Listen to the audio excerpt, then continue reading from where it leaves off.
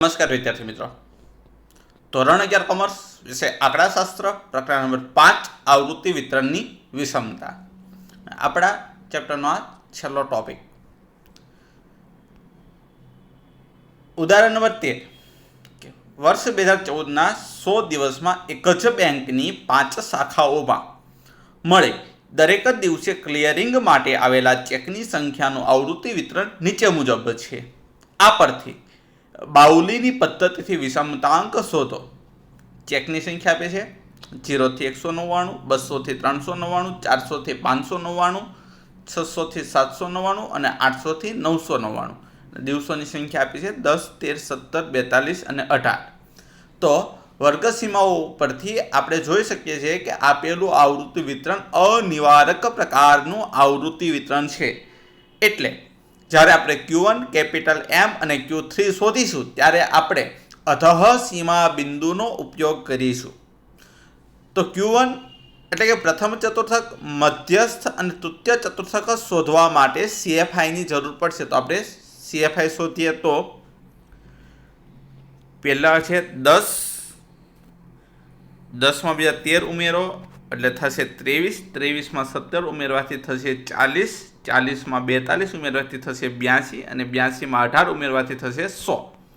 એટલે આપણો કુલ સરવાળો છે 100 અને એની કિંમત થઈ ગઈ 100. હવે Q1નું સૂત્ર મૂકીએ એટલે Q1 વર્ગ બરાબર એના છેદમાં 4માં અવલોકનની કિંમત એટલે 100 ભાગ્યા 4માં અવલોકનની કિંમત એટલે 25માં અવલોકનની કિંમત. આ 25 છે એ આપણે સંચય આવૃત્તિમાં જોવાનું. 10ની અંદર 25 આવે નહીં, એટલે કે આ 10ની અંદર 25 આવતું નથી. ત્યારબાદ 23 છે તો 23ની અંદર 25નો સમાવેશ થતો નથી. 40 છે તો 40ની અંદર 25નો સમાવેશ થઈ જાય છે. તો 40ની સામેનો વર્ગ જોવાનો છે 400 થી 599. તો 400માંથી 0.5 બાદ કરશું એટલે આપણે મળશે 399.5. તો એ આપણો થઈ ગયો કેપિટલ L. એના છેદમાં 4ની કિંમત આપણે અહીંથી જોઈ લીધી કે 25 થાય છે. Minus CFI. CFI એટલે કે આ જે આપણને વર્ગ આપણો મળેલો છે 400 થી 599 એના અગાઉના વર્ગની સંચય આવૃત્તિ એટલે CFI થશે 23 અને FI થશે 17. તો CFIની જગ્યાએ 23 છે, FIની જગ્યાએ 17 છે અને C બરાબર 200. 200 એટલે કે વર્ગ લંબાઈ એટલે કે તમે 599.5 માંથી 399.5 બાદ કરશો એટલે તમને 200 મળશે. મુખ્ય Q1 નું સૂત્ર કેપિટલ L પ્લસ Nના છેદમાં 4 માઇનસ CFના છેદમાં F ગુણ્યા C. કેપિટલ L ની કિંમત 399.5 છે તો અહીંયા મૂકી દીધી 399.5. Nના છેદમાં 4 ની કિંમત છે 25, CFની 23, Fની 17 અને C છે 200. તો 399.5 વત્તા સૌપ્રથમ 25માંથી 23 બાદ કરશું એટલે મળશે 2 અને 200 સાથે એનો ગુણાકાર છે છેદમાં છે 17. હવે 2 ગુણ્યા 200 કરવાથી મળશે અહીંયા 400 અને 400ના છેદમાં છે 17. 400 ભાગ્યા 17 કરવાથી મળશે 23.5294. 399.5 વત્તા 23.5294 કરવાથી આપણે મળશે 423.0994. એ પોઈન્ટ પછીનો ત્રીજો આંકડો 9 છે તો 2ની અંદર 1 ઉમેરાઈ જશે એટલે થઈ જશે 3. તો Q1 બરાબર છે 423.03 ચેક. એવી જ રીતે મધ્યસ્થ એટલે કે કેપિટલ M શોધીએ તો મધ્યસ્થ વર્ગ શોધવાનું સૂત્ર છે Nના છેદમાં 2માં અવલોકનની કિંમત. N છે 100, 100 ભાગ્યા 2માં અવલોકનની કિંમત એટલે થશે 50માં અવલોકનની કિંમત. જોઈએ 50ને સમાવતો વર્ગ કયો છે તો ભાઈ 82ની અંદર 50નો સમાવેશ થાય છે તો એની સામેનો વર્ગ 600 થી 799. 600માંથી આપણે 0.5 બાદ કરીએ એટલે આવશે 599.5 અને 799.5 ઉમેરીએ એટલે આવશે 799.5. FI આપણી બનશે 42 અને CFI બનશે 40. તો અહીંયા આપણે જોઈ શકીએ છીએ કે કેપિટલ M નું સૂત્ર કેપિટલ L પ્લસ Nના છેદમાં 2 માઇનસ CFના છેદમાં F ગુણ્યા C.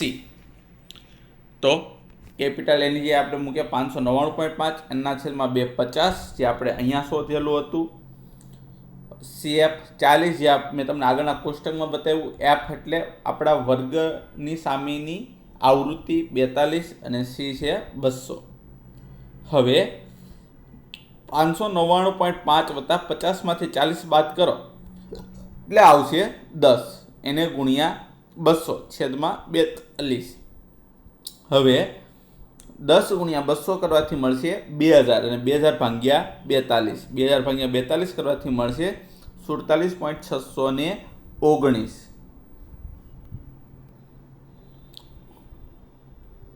47.619. 599.5 વત્તા 47.619 કરવાથી મળશે 647.119.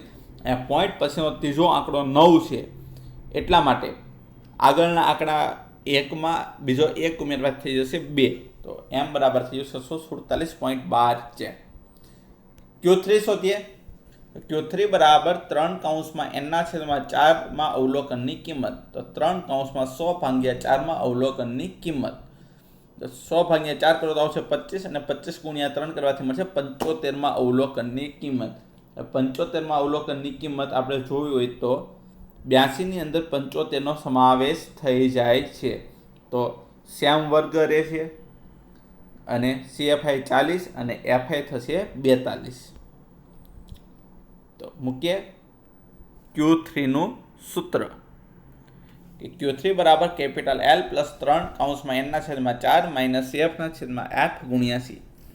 કેપિટલ L ની એની કિંમત મૂકી દઈએ 599.5, 3 ગુણ્યા n/4 છે ને મૂકીએ 75, CF 40, F ની જગ્યાએ 42 અને C ની જગ્યાએ 200. હવે 599.5 વત્તા 75માંથી 40 બાદ કરો એટલે તમને મળશે 35. 35 ગુણ્યા 200/42. 35 ગુણ્યા 200 ભાગ્યા 42 કરવાથી મળશે 166.6667. એટલે 599.5 વત્તા 166.6667 કરવાથી મળશે 766.1667. અહીંયા પોઈન્ટ પછીનો ત્રીજો આંકડો 6 છે, જે 5 કરતાં મોટો હોવાથી આગળ 1 ઉમેરાઈ જશે, એટલે 6માં 1 ઉમેરવા થશે 7. તો આપણો જવાબ થશે 766.17. હવે શોધીએ વિષમતાંક. તો વિષમતાંકનું સૂત્ર છે જે બરાબર Q3 plus Q1 minus 2m/. Q3 minus Q1. Q3 ની કિંમત હમણાં આપણે શોધી 766.17 વત્તા Q1 ની કિંમત પહેલા શોધી હતી 423.03 માઇનસ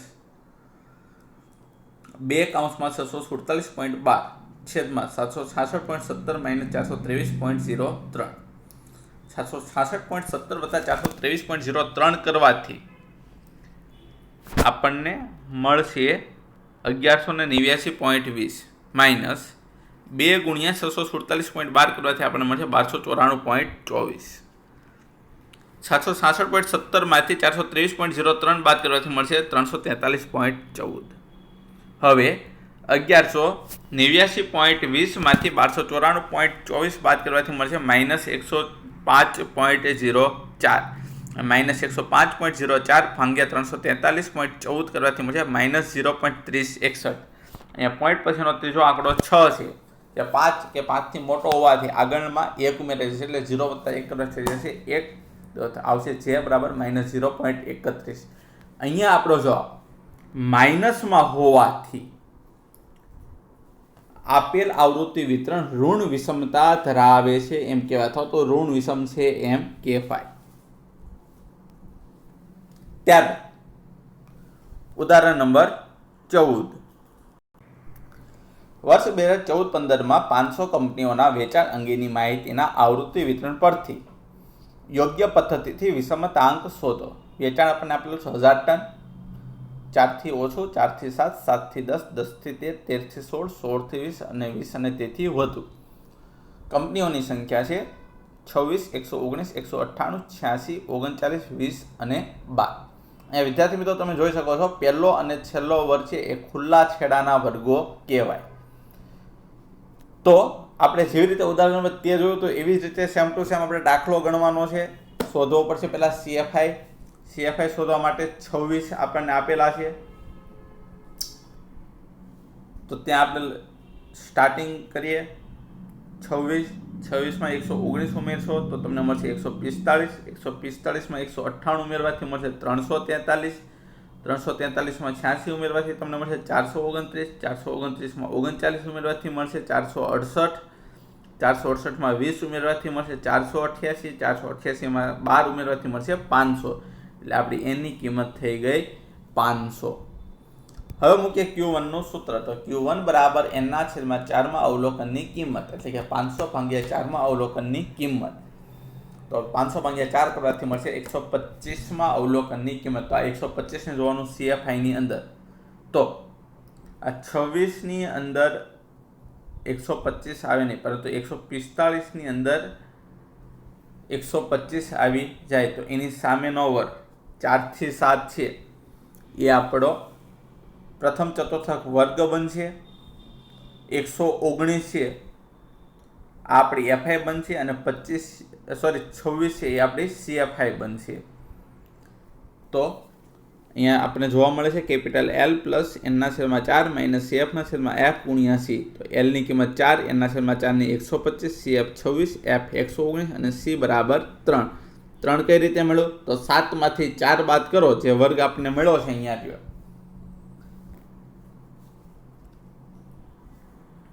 આ 7 માંથી 4 બાદ કરો તો આપણે મળશે 3, અને એની સામેની જે આવૃત્તિ એટલે કે FI ની કોલમ છે એમાં લખેલું છે 119. તો એ આપણી FI છે અને એના અગાઉના વર્ગની સંચય આવૃત્તિ છે 26. તો એ આપણી CFI છે. તો L ની જગ્યાએ મૂકીએ 4, n/4 છે એના મૂકીએ 125, CF ની જગ્યાએ 26, F ની જગ્યાએ 119 અને C ની જગ્યાએ 3. તો 4 વત્તા 125 માંથી 26 બાદ કરો અને એને ગુણ્યા તમે 3 કરશો તો તમને મળશે 297. એને ભાગ્યા 119 કરવાથી મળશે 2.4958. તો 4 વત્તા 2.4958 કરવાથી મળશે 6.4958. અહીંયા પોઈન્ટ પછીનો ત્રીજો આંકડો 5 છે, એટલા માટે આગળના આંકડામાં 1 ઉમેરાઈ જશે, એટલે 9 વત્તા 1 કરવાથી જશે 10. તો 49 વત્તા 1 કરવાથી થશે 50. તો આપણો Q1 નો જવાબ આવશે 6.50,000 ટન. 1000 ટન એ આપણો એકમ છે. કેપિટલ M n/2 માં અવલોકનની કિંમત. તો 500 ભાગ્યા 2 માં અવલોકનની કિંમત એટલે થશે 250. તમે CF ની કોલમમાં 250 જોશો તો એ આવશે 7 થી 10 ના વર્ગમાં. 7 થી 10 ના વર્ગની સામેની આવૃત્તિ આપણને 198 આપી છે. એના અગાઉના વર્ગની સંચય આવૃત્તિ એટલે કે CF 145 આપેલી છે અને C બરાબર છે 3. તો કેપિટલ M બરાબર 7 વત્તા 250 માઇનસ 145 છેદમાં 198 ગુણ્યા 3. 250 માંથી 145 બાદ કરશો તો આવશે 105. એને ગુણ્યા 3 ભાગ્યા 198. 105 ગુણ્યા 3 કરવાથી તમને મળશે 315. એને ભાગ્યા 198. તો 315 ભાગ્યા 198 કરવાથી મળશે 1.5909. તો 7 વત્તા 1.5909 કરવાથી મળશે 8.5909. પોઈન્ટ પછી ત્રીજો આંકડો 0 છે, જે 5 કરતા નાનો હોવાથી આગળ 1 ઉમેરા છે નહીં, એટલે કે આપણો જવાબ થશે M બરાબર 8.59,000 ટન. હવે તૃતીય ચતુર્થક એટલે કે Q3 શોધીએ. તો Q3 બરાબર 3 n/4 માં અવલોકનની કિંમત. તો 3 500 ભાગ્યા 4 માં અવલોકનની કિંમત તો થશે 3 125 માં અવલોકનની કિંમત. એટલે 3 ગુણ્યા 125 કરવા થશે 375 માં અવલોકનની કિંમત. આ 375 CF ની કોલમમાં જોઈએ ને તો 10 થી 13 ના સામેના વર્ગમાં આવે છે.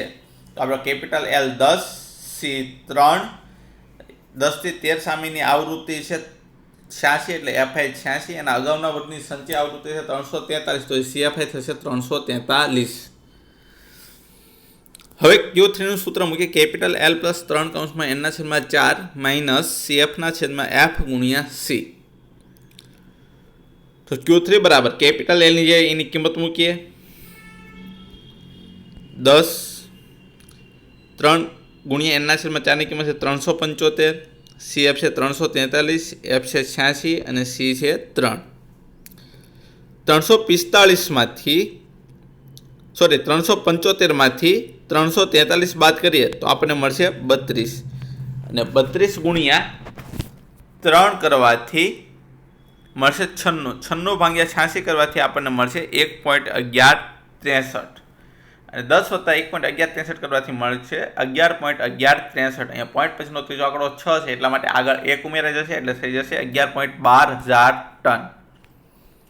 વિષમતાંકનું સૂત્ર J બરાબર Q3 plus Q1 minus 2m/Q3 minus Q1. Q3 છે 11.12, Q1 છે 6.5, એમ છે 8.59 તો 11.12 વત્તા 6.5 માઇનસ 2 કૌંસમાં 8.59 છેદમાં 11.12 - 6.5. હવે આ 11.12 વત્તા 6.5 કરવાથી મળશે 17.62.